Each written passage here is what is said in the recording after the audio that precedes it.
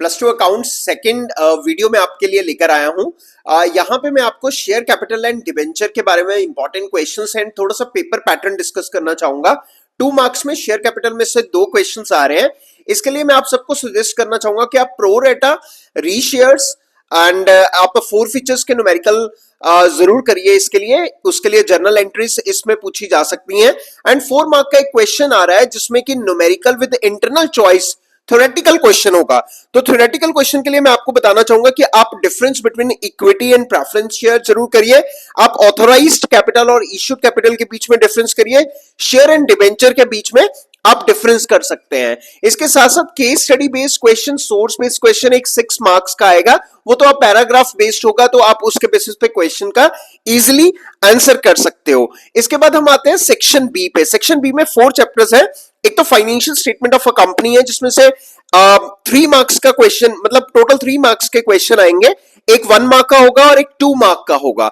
Second chapter है analysis of financial statement. ये chapter आपके लिए यहां पे इंपॉर्टेंट रहने वाला है।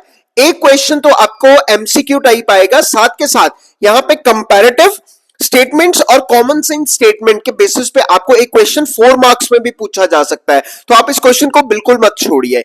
नेक्स्ट है अकाउंटिंग रेशियो। अकाउंटिंग रेशियो में आप सिंपल अकाउंटिंग रेशियोज जो डिफरेंट डिफरेंट हमारे पास करंट रेशियो, क्विक रेशियोज हैं, आप उनके फॉर्मूला जरूर लर्न करिए ताकि फॉर्मूला बेस्ड आप इजीली क्वेश्चन अटेम्प्ट कर सके।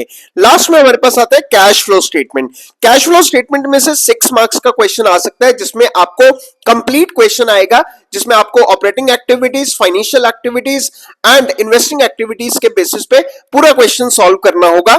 ये क्वेश्चन 6 मार्क्स में आ सकता है क्योंकि यहां पे 1 मार्क का क्वेश्चन, 2 मार्क का क्वेश्चन एंड एक 6 मार्क्स का क्वेश्चन कैश फ्लो से रह सकता है। और इसमें भी जो इस सेक्शन बी में भी 4 मार्क का एक ही क्वेश्चन आने वाला है जिसकी उम्मीद एनालिसिस ऑफ फाइनेंशियल स्टेटमेंट में से है, जिसमें कि कंपैरेटिव और कॉमन साइज के बेसिस पे क्वेश्चन आ सकता है। इसके अलावा कुछ इंपॉर्टेंट क्वेश्चन बताना चाहूंगा। फाइनेंशियल स्टेटमेंट एनालिसिस के ऑब्जेक्टिव्स, लिमिटेशन जरूर करिए। रिटेन्ड अर्निंग स्टेटमेंट्स से रिलेटेड जरूर करिए क्वेश्चन। फाइनेंशियल स्टेटमेंट क्या होती है, कॉन्टिंजेंट लायबिलिटीज क्या है, ये आप चीजें अगर करके जाएंगे तो definitely you will get good marks. Thank you.